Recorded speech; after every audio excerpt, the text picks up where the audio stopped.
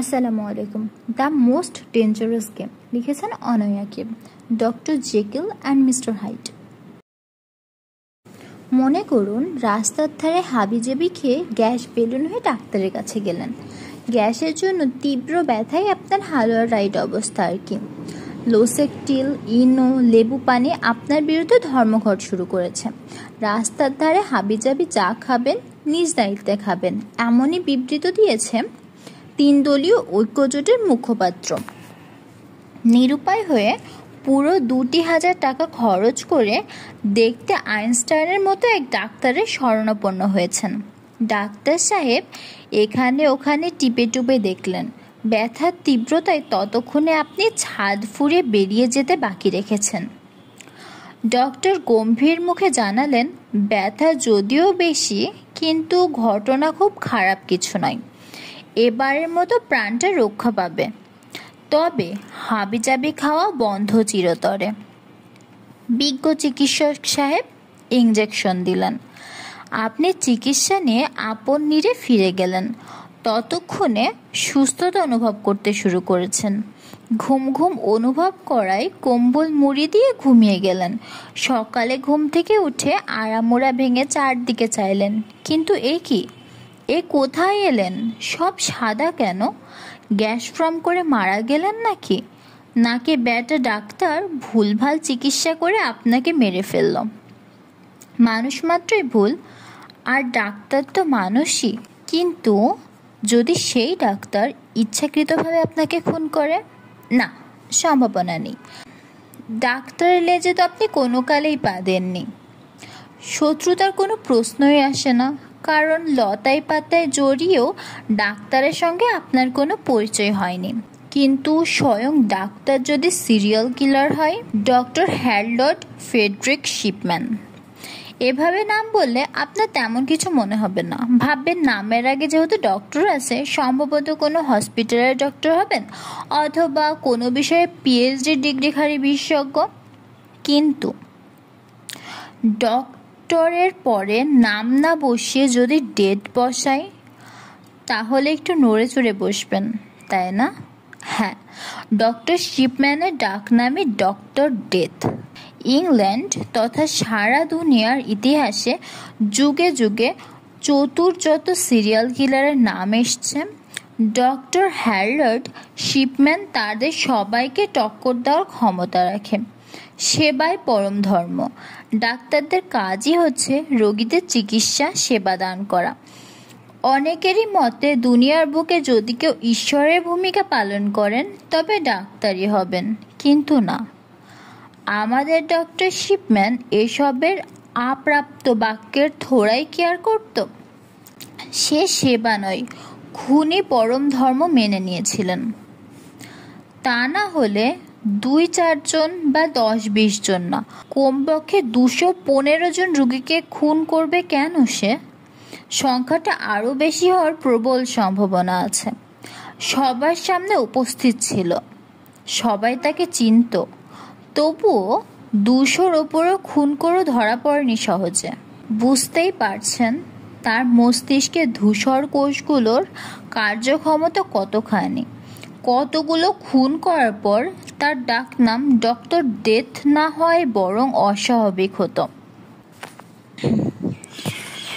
Harold শিপম্যানের জন্ম 1946 সালের 14 জানুয়ারি ইংল্যান্ডের নটিংহ্যামে। তার বাবার নাম হ্যারল্ড ফ্রেডরিক শিপম্যান, তার মায়ের নাম ভেরা ব্রিটন। শিপম্যান তার বাবা মায়ের দ্বিতীয় সন্তান। শিপম্যানের বাবা মা দুজনেই ছিলেন ধর্মপ্রাণ নাগরিক। শিপম্যানের সঙ্গে অন্যান্য সিরিয়াল কিলারদের বড় পার্থক্য হচ্ছে তার শৈশব। একে তো পিতামাতার চোখের মণি ছিল, দ্বিতীয়ত স্কুলেও সে ভীষণ জনপ্রিয় ছিল। ভেরা তো এক কথায় হ্যারল্ড বলতেই পাগল ছিলেন।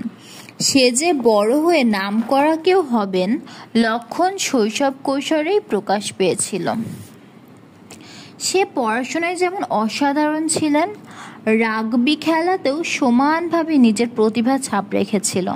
স্কুলে সবার ধারণা ছিল শিপম্যান বিখ্যাত রাগবির খেলোয়াড় নামে নাম কামাবে। সে তার স্কুলের অ্যাথলেটিক দলের ভাইস ক্যাপ্টেনও নির্বাচিত হয়েছিল। শিপম্যান অবশ্য খ্যাতির বিড়ম্বনায়ও ভুগত। নিজেকে সবসময় অন্যদের চেয়ে সেরা মনে করায় তার বন্ধু বান্ধবদের সংখ্যা নগণ্য ছিল। কিন্তু নিঃসন্দেহে বলা যায় ৮-১০টা সিরিয়াল কিলারের তুলনায় তার শৈশব কৈশোর ফুলের বিছানা হিসেবে বিবেচিত হবার মতোই ছিল। কথায় আছে না, যায় দিন ভালো আসে দিন খারাপ। শিপম্যানের ক্ষেত্রেও এই কথাটার ব্যত্যয় ঘটেনি। তার সাজানো গোছানো দুনিয়া ধ্বংস হয়ে যায় যখন ভেরার ফুসফুসে ক্যান্সার ধরা পড়ে। মাত্র ১৭ বছর বয়সে মাকে হারিয়ে ফেলার ঘটনা শিপম্যান প্রচণ্ড মানসিক আঘাত পেয়েছিল। ভেরার মৃত্যুর পূর্ব মুহূর্ত শিপম্যান তার শিয়রে ঠায় দাঁড়িয়ে থেকে তার সেবা যত্ন করেছে। ক্যান্সার এমনিতেই ভয়াবহ রোগ, ফুসফুসের ক্যান্সার হলে তো কথাই নেই। স্বচক্ষে আপন মাকে একটু বাতাসের জন্য ছটফট করতে দেখা যে কোনো সন্তানের জন্যই দুর্বিষহ ঘটনা। সে সময় ক্যান্সারের চিকিৎসায় তেমন কার্যকরী ওষুধ ছিল না। ব্যথায় ছটফট করতে থাকা ভেরার ব্যথা কমানোর জন্য ডাক্তাররা প্রায় মরফিন প্রয়োগ করত। মরফিনের প্রভাবে ভেরা কিছু সময়ের জন্য হলেও ব্যথা থেকে মুক্তি পেতেন। এই ব্যাপারটা কিশোর শিপম্যানের মনে খুবই প্রভাব ফেলে দেয়। যাই হোক, মরফিন ব্যথার সাময়িক উপশম করলেও ভেরার জীবন রক্ষা করতে পারেননি। মায়ের মৃত্যুতে মানসিকভাবে বিপর্যস্ত শিপম্যান সিদ্ধান্ত নেয় সে মেডিকেল স্কুলে পড়াশোনা করবে। শোককে শক্তিতে পরিণত করে গভীর মনোযোগে পড়াশোনা করায় লিডস ইউনিভার্সিটি মেডিকেল স্কুলে ট্রেনিংয়ের সুযোগ পেয়ে যায় শিপম্যান। মেডিকেল স্কুলে সুযোগ পাওয়ার কিছুদিন পরে প্রিমরোজের সাথে তার পরিচয় হয়। পরিচয় থেকে হয় পরিণয়। গভীর প্রেমের সুন্দর পরিণতি দান করার জন্য তার বিবাহ বন্ধনে আবদ্ধ হয়। সে সময় শিপম্যানের বয়স ছিল মাত্র ২০ বছর, আর তার স্ত্রী প্রিমরোজের বয়স ছিল ১৭ বছর। এত কম বয়সে বিয়ে করার পরও শিপম্যান নিজের লক্ষ্য থেকে বিন্দু মাত্র বিচ্যুত হয়নি। ঘর সংসারের দায়িত্ব সামলেছে, পড়াশোনা করেছে, পরবর্তীতে চাকরিও করেছে। পারফেক্ট ফ্যামিলি ম্যান যাকে বলে আর কি। এই সুখী দম্পতি বিবাহ জীবনে ৪ সন্তানের পিতামাতা হয়। বিয়ে ৪ বছর পর লিডস মেডিকেল স্কুল থেকে মেডিসিনের ওপর ডিগ্রি নিয়ে পাশ করে হ্যারল্ড শিপম্যান। শিক্ষা জীবন তো সফলতার সাথেই শেষ করলো কেবল। এখন তো কিছু কর্ম করতে হয়। তার কর্মজীবনের প্রথম ৫ বছর কেটেছে ইয়র্কশায়ারের জেনারেল ইনফার্মারিতে। সেখানে সে জেনারেল প্র্যাকটিশনার হিসেবে কর্মরত ছিল। কাজ তো ভালোই করছিল, কিন্তু তলে তলে সে যে ২ নম্বরেতে হাত পাকাচ্ছিল তা কিছুদিনের মধ্যেই ধরা পড়ে। আপাত দৃষ্টিতে তেমন কিছুই না, প্রেসক্রিপশনে কারচুপি করছিল, কিন্তু এই কারচুপির ফলে তার হাতে যে জীবনঘাতী ওষুধ চলে এসেছিল সে বিষয়ে কেউ মাথায় ঘামায়নি। অল্প কিছু জরিমানা, সেই সাথে ২ বছর একটি রিহ্যাবিলিটেশন ক্লিনিকে কাজ করতে হবে, এটাই ছিল তার শাস্তি। সে এত বড় বেআইনি ডায়ামরফিন কি করলো বা কাদের উপর প্রয়োগ করলো সেই সব প্রশ্ন চাপায় পড়ে গেল। অথচ এত বড় অপরাধের ফলে তাকে নিদেন পক্ষে ডাক্তারদের কাউন্সিল থেকে বহিষ্কার করা উচিত ছিল, কিন্তু না, তাকে সতর্ক করে ছোট্ট একটা চিঠি পাঠিয়ে নিজেদের দায়িত্ব শেষ করেছে কাউন্সিল। এ কারণে বলা যায় ডক্টর শিপম্যানের পরবর্তী খুনগুলোর জন্য কাউন্সিলের কর্তব্য ব্যক্তিরাও পরোক্ষভাবে দায়ী। বুদ্ধিমান মানুষের চমৎকার একটি বৈশিষ্ট্য হলো তারা খুব সহজেই যে কোনো পরিস্থিতিতে খাপ খাইয়ে নিতে পারে। চতুর শিপম্যানও তার ব্যতিক্রম নয়। সে যখন দেখল ডক্টরদের কমিউনিটিতে তার নামে কালো দাগ পড়ে যাচ্ছে, সেই দাগ মুছে ফেলার জন্য সে নিজের ভুল পাল্টে ফেলে। শাস্তির ২ বছর পার করার পর সে ডনিব্রুক মেডিকেল সেন্টারে যোগদান করে। সেখানকার ডাক্তার, কর্মচারী এবং রোগী সবাই তার প্রশংসায় পঞ্চমুখ। কেনই বা হবে না? সে সবার সঙ্গে হেসে কথা বলতো। রোগীদের বক্তব্য গভীর মনোযোগ দিয়ে শুনত। সাহায্যকারী সহকর্মী হিসেবেও তার সুনাম ছিল। কিন্তু রেগে ফায়ার হয়ে যেত, কিন্তু সেগুলোকেই ধর্তব্যই নেয়নি। শিপম্যান রোগীদের নিকট এতটাই জনপ্রিয় হয়ে যায় যে তারা তাকে গুড ডক্টর বলে ডাকা শুরু করে। অথচ গুড ডক্টর যে রোগীদের খুন করার ক্ষেত্রে গুড পারফরমেন্স দেখাচ্ছিল সে ব্যাপারে সবাই ছিল অন্ধকারে। Whatever houses I may visit, I will come for the benefit of the sick, remaining free of the international injustice of all mischief, and in particular of sexual relationship with both female and male persons, be they free or slave। উপরোল্লিখিত অংশটুকু hypocrite শপথবাক্যের কিছু অংশ, কিন্তু doctor Shipman এই শপথবাক্যকে বৃদ্ধাঙ্গুলি প্রদর্শন করে। ইভা লিউন্স নামের এক বৃদ্ধা মহিলাকে খুন করে বসে। বেচারি যেদিন ডক্টর ডেথে শিকারে পরিণত হয় তার পরদিন তার ৭১তম জন্মদিন ছিল। ডক্টর শিপম্যান প্রেসক্রিপশন কারচুপির মাধ্যমে ১০০ জন মানুষ খুন করার মতো ডায়ামরফিন সংগ্রহ করেছিল। সেই ডায়ামরফিনের ওভারডোজের দ্বারাই ইভাকে হত্যা করে সে। ডক্টর শিপম্যানের সিরিয়াল কিলিং চলছে দীর্ঘ ২৩ বছর ধরে।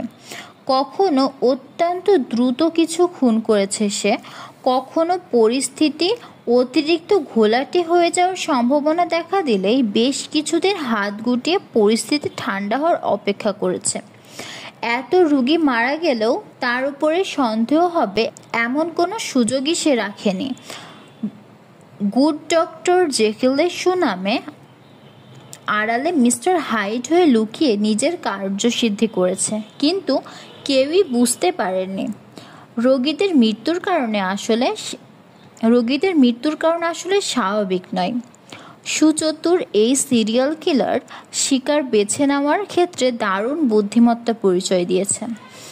অসুস্থ, দুর্বল বা বয়স্ক মানুষ ছিল তার পছন্দের শিকার, কারণ তাদের মৃত্যুর ফলে কারো সন্দেহ উদ্রেক ঘটে না। অজানা, অচেনা, অসুস্থ বয়স্ক রোগীকে স্বনামধন্য ডাক্তার ইচ্ছাকৃতভাবে খুন করেছে এমন অভিযোগ করলেও মানুষ হেসেই উড়িয়ে দিবে।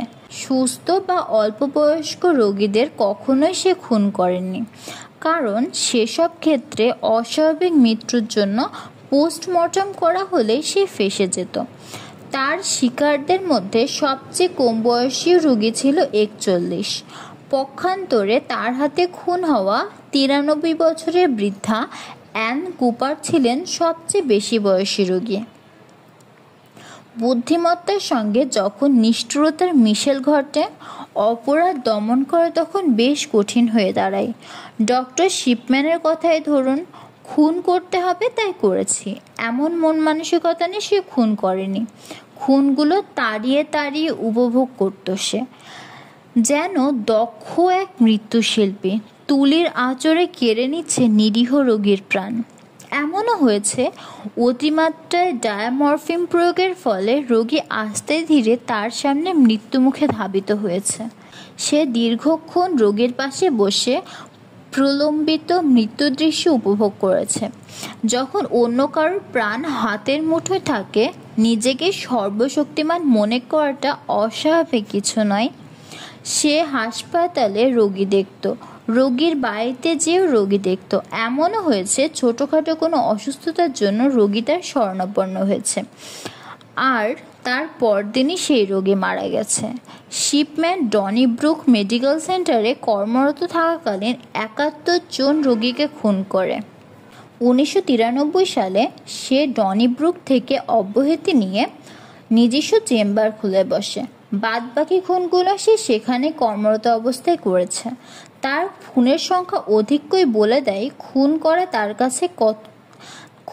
তার কাছে ছিল ডাল ভাত। ডক্টর শিপম্যান স্বীয় কৃতকর্ম সম্পর্কে খুবই আত্মবিশ্বাসী ছিল। সে জানত এত চিকন বুদ্ধি খাটিয়ে খুন করার ফলে পুলিশ কখনো তার টিকিট নাগালও পাবে না। তার আত্মবিশ্বাস অবশ্য অমূলক ছিল না। সে একবার ধরা পড়তে গিয়েও বেঁচে গিয়েছিল, কারণ মাথামোটা পুলিশের দল সঠিকভাবে তদন্ত সম্পন্ন করতে পারেনি। পুলিশকে টেক্কা দেওয়ার পর সে নিশ্চয়ই নিজের বুদ্ধিকে বাহবা দিয়েছিল। 1998 সালের ঘটনা। ডক্টর শিপম্যানের রোগীরা মশা মাছির মতো মারা যাচ্ছে। যারা ডক্টর শিপম্যানের চিকিৎসার পর মারা গেছেন তাদের সকলেরই মৃত্যুর লক্ষণ এবং মৃত্যুর পরবর্তী লক্ষণের সন্দেহজনকভাবে মিল পাওয়া যাচ্ছে। এক ডক্টর শিপম্যান যত রোগী মারা যাচ্ছে, সম্পূর্ণ শহরেও বোধহয় এত রোগী মারা যায় না। এর ফলে যিনি মৃতদেহ সৎকারের কাজ করেন তার সন্দেহ হয় তিনি শিপম্যানকে এই বিষয়ে প্রশ্ন করেন, কিন্তু গুড ডক্টর চমৎকার ব্যবহারের মাধ্যমে তার সন্দেহ তুড়ি মেরে উড়িয়ে দেয়। কিন্তু ততদিনে শিপম্যানের সহকর্মী সুসান বুথও তার কার্যকলাপে সন্দেহ করা শুরু করেছিল। তিনি অবশ্য বোকামি করেননি, সোজা ম্যানচেস্টার থানায় গিয়ে নিজের সন্দেহের কথা প্রকাশ করেন। ডক্টর শিপম্যান এত বছর যেটা মনে প্রাণে এড়াতে চেয়েছে, ডক্টর সুসানের অভিযোগের ফলে তাকে সেই ঘটনারই মুখোমুখি হতে হয়। তার বিরুদ্ধে শুরু হয় পুলিশি তদন্ত। এখানে মৃত্যুর ডাক্তারের সমাপ্তি হতে পারত, কিন্তু সে কতটা ধুরন্ধর ছিল এবারেই সেটা বোঝা যাবে। তদন্ত শুরু হয়েছে ডক্টর শিপম্যানের বিরুদ্ধে, অনুসন্ধান চলছে, বিস্তর তথ্য সংগ্রহ করা হচ্ছে, কিন্তু লাভের লাভ কিছুই হচ্ছে না, কারণ তার বিরুদ্ধে আঙ্গুল তোলা যাবে এমন কোনো প্রমাণই খুঁজে পাচ্ছে না। ডক্টর শিপম্যানের প্রত্যেকটা রিপোর্ট গোছালো, সন্দেহ করার মতো কোনো অবকাশ নেই। পুলিশ প্রফেশনাল জেলাসিভাবেও বেশি মাথা ঘামায়নি। এক্ষেত্রে পুলিশের গাফিলতি ছিল। তারা জেনারেল মেডিকেল কাউন্সিলে যোগাযোগ করেননি। যোগাযোগ করলেই ডক্টর শিপম্যানের ডায়ামরফিন জালিয়াতি সংক্রান্ত অপরাধ সম্পর্কে অবগত হতো।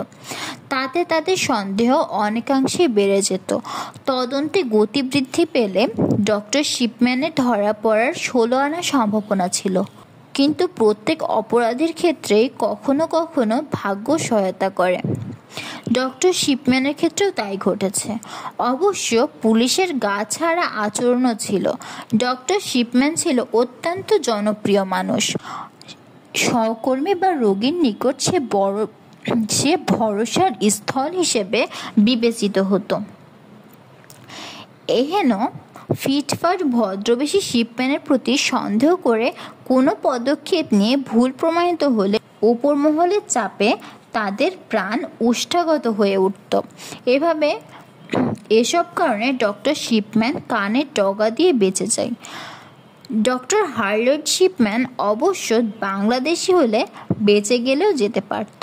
এই কথা বলার কারণ বাংলায় দুটো প্রবাদ আছে, চোরের 10 দিন, গৃহস্থের 1 দিন এবং লোভে পাপ, পাপে মৃত্যু।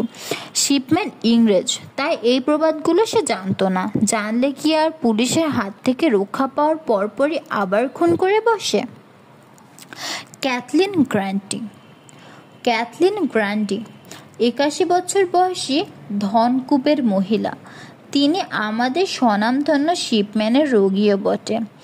আগে থেকে ক্যাথলিনের সম্পদের ওপর শিপম্যানের নজর ছিল, সুতরাং সুযোগ পাওয়া মাত্রই ক্যাথলিনের প্রাণ কবজ করে ফেলে সে। কিন্তু মহিলার সম্পদের প্রতি লোভই তার সর্বনাশের কারণ হয়ে দাঁড়ায়। ক্যাথলিনের মেয়ে অ্যাঞ্জেলা উডর্ফ তার মায়ের মৃত্যুর ব্যাপারে ভীষণ সন্দেহহীন ছিল। ক্যাথলিন মারা যান 1998 সালের 24শে জুন। সেদিন ক্যাথলিন সির্ফ রুটিন চেক আপ করতে গিয়েছিল, তবুও শিপম্যানের সঙ্গে দেখা করে আসার কিছুক্ষণ পরই সে মৃত্যুর কোলে ঢলে পড়েন। যেহেতু ডক্টর শিপম্যান ছিলেন ক্যাথলিনের ডাক্তার, সেই ক্যাথলিনের পরীক্ষা করে এবং পরীক্ষার পর ক্যাথলিনের মৃত্যুকে স্বাভাবিক মৃত্যু বলে ঘোষণা করেন। ফলে ময়না তদন্তের প্রশ্নই ওঠে না। সুতরাং ক্যাথলিন গ্র্যান্ডিকে তার মেয়ের ইচ্ছা অনুযায়ী কবর দেওয়া হয়। যদিও মায়ের মৃত্যু নিয়ে অ্যাঞ্জেলার মনে খটকা কিছুতেই দূর হয়নি। ডক্টর শিপম্যান যদি লোভ না করে খুন করত তাহলে হয়তো এবারও সে বেঁচে যেত, কিন্তু সে লোভে পড়ে বোকামি করে বসে। অ্যাঞ্জেলা ছিলেন একজন নামকরা উকিল। তিনি তার মায়ের আইন সংক্রান্ত ঝামেলা নিজেই সামলাতেন। মায়ের মৃত্যুর পর তার কাগজপত্র ঘাটতি নিয়ে তিনি আরেকটা উইল খুঁজে পান। উইল পড়ার পর তার মাথায় হাত, কারণ ক্যাথলিন তার উইলে ডক্টর শিপম্যানকে তাদের অ্যাসেটের বেশ কিছু অংশ দান করে দিয়েছেন। যদিও তার মায়ের কোনো কারণই ছিল না ডক্টর শিপম্যানকে সম্পত্তি দান করে দেওয়ার, তিনি ধারণা করতে পারেন এই উইল জাল এবং তাদের সম্পত্তি হাতানোর জন্যই ডক্টর শিপম্যান তার মাকে হত্যা করেছে। কাল বিলম্ব না করে অ্যাঞ্জেলা সোজা থানায় ছুটে যান।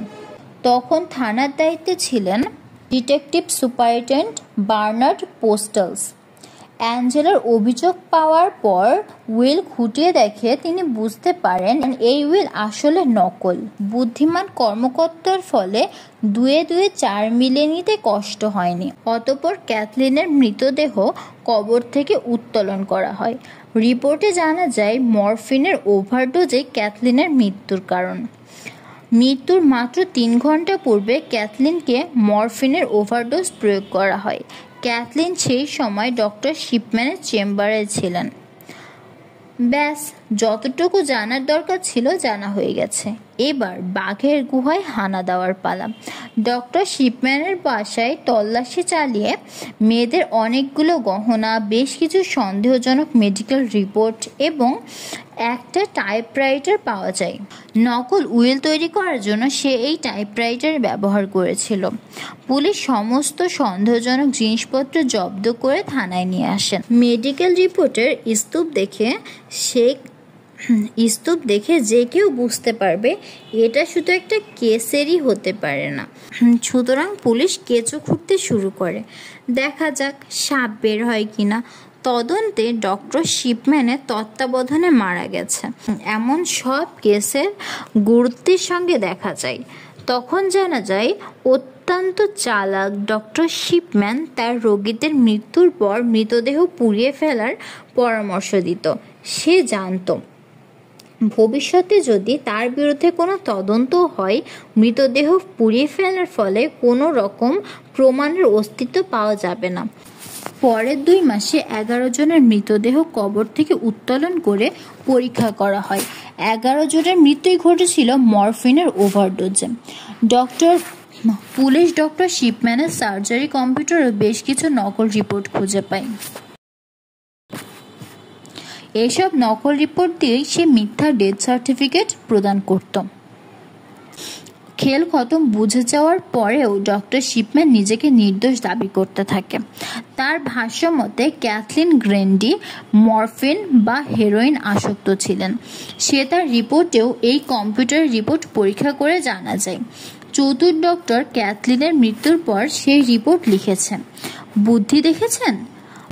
এদেশে জন্মালে ডাক্তার সাহেব নির্ঘাত বড়সড় কোনো পদে আসীন হতে পারত। শুধু এগুলোই নয়, পরবর্তী তদন্তে আরও 14টা কেস খুঁজে পাওয়া যায় যেখানে রোগী ডায়ামরফিনের ওভারডোজের ফলে মারা গেছেন। সকল মেডিকেল রিপোর্ট ডক্টর শিপম্যান রোগীর শারীরিক অবস্থা খুবই খারাপ ছিল বলে উল্লেখ করেছেন, যেন তার উপর সন্দেহ না আসে। সমস্ত প্রমাণ একত্রিত করার পর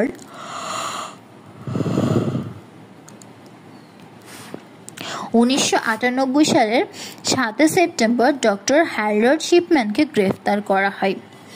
যদিও ডাক্তার সাহেব তার বিরুদ্ধে আনীত সকল অভিযোগ অস্বীকার করে, সে পুলিশকে এমনকি কোনো প্রকার সহযোগিতা করা থেকে বিরত ছিল। সে কতটা গোয়ার প্রকৃতির লোক ছিল বলি আপনাদের। তাকে যখন জিজ্ঞাসাবাদ করা হতো সে কখনো না শোনার ভান করে বসে থাকতো, ছাদের দিকে তাকিয়ে কবি কবি ভাব নিত, এমন করে প্রশ্নের উত্তর দিত না। তাকে কেস সংক্রান্ত ছবি দেখাতে চাইলে চোখ বন্ধ করে রাখতো, দেশটা ইংল্যান্ড না হয়ে তৃতীয় বিশ্বের কোনো দেশ হলে পুলিশ ডিম থেরাপি দিয়ে তার রংঢং বন্ধ করে দিত নিঃসন্দেহে। দুঃখের সঙ্গে বলতে হয়, ডক্টর শিপম্যানের খুনের সংখ্যা 200-র অধিক হলেও মাত্র 15টা খুনের প্রমাণ সংগ্রহ করা গিয়েছিল। বদমাশ ডাক্তারের বুদ্ধিতে বাদবাকি মৃতদেহ পুড়িয়ে ফেলায় সেসব মৃত্যুর ব্যাপারে কোনো প্রমাণ সংগ্রহ করা সম্ভব হয়নি। যদিও মেডিকেল রিপোর্ট পরীক্ষা করে 250-র ওপরে কেস খুঁজে পাওয়া যায়, ধারণা করা হয় তার মোট খুনের সংখ্যা 250 থেকে 450-এর মধ্যে হতে পারে। 15টা খুন এবং উইল জালিয়াতির দায়ে ডক্টর হ্যারল্ড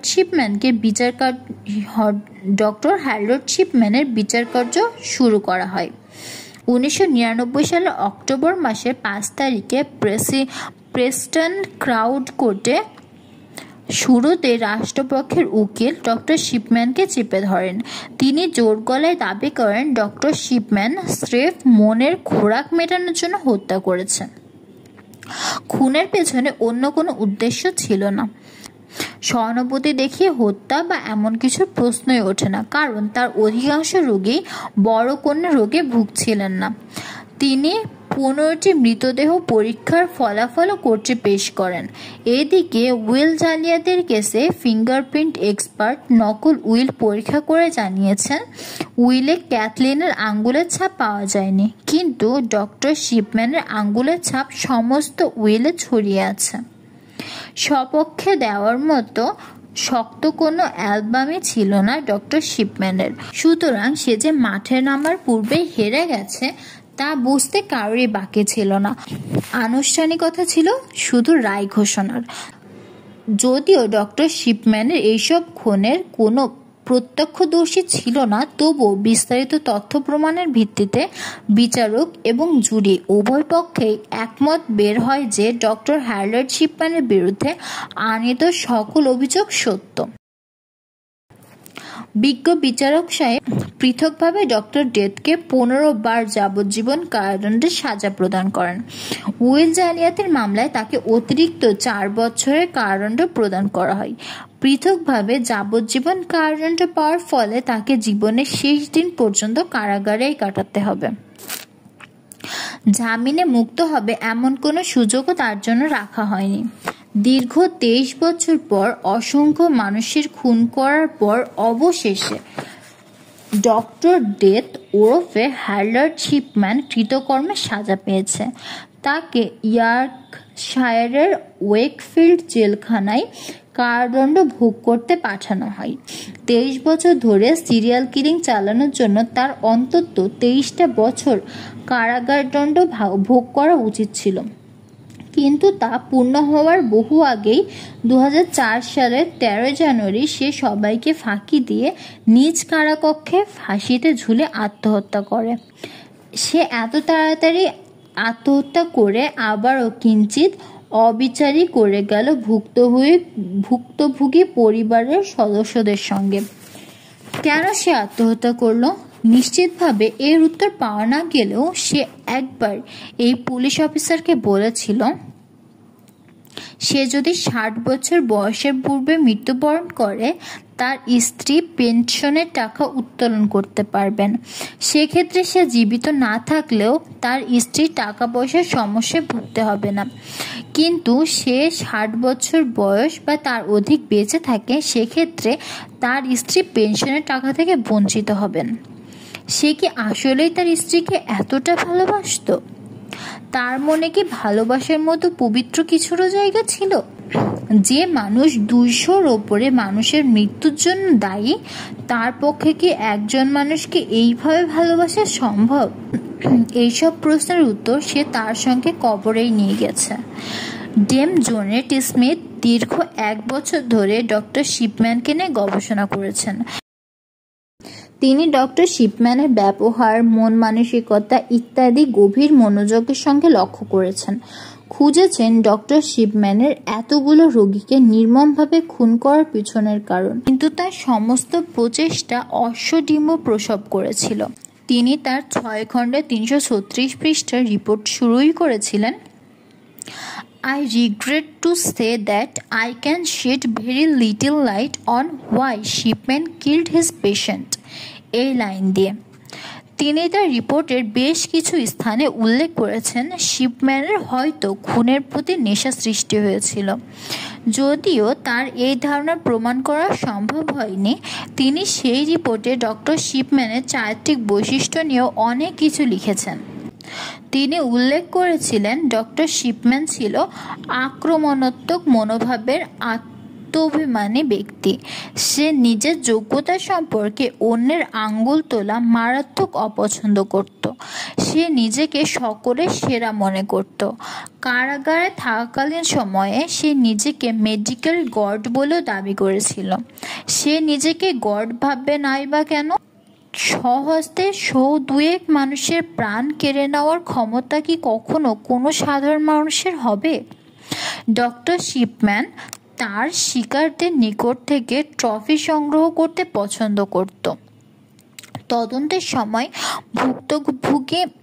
ভুক্তভোগী পরিবারগুলোর অনেক সদস্য জানিয়েছেন ডক্টর শিপম্যান রোগীদের মৃত্যুর পর তাদের ব্যবহার্য জিনিসপত্র চেয়ে নিত।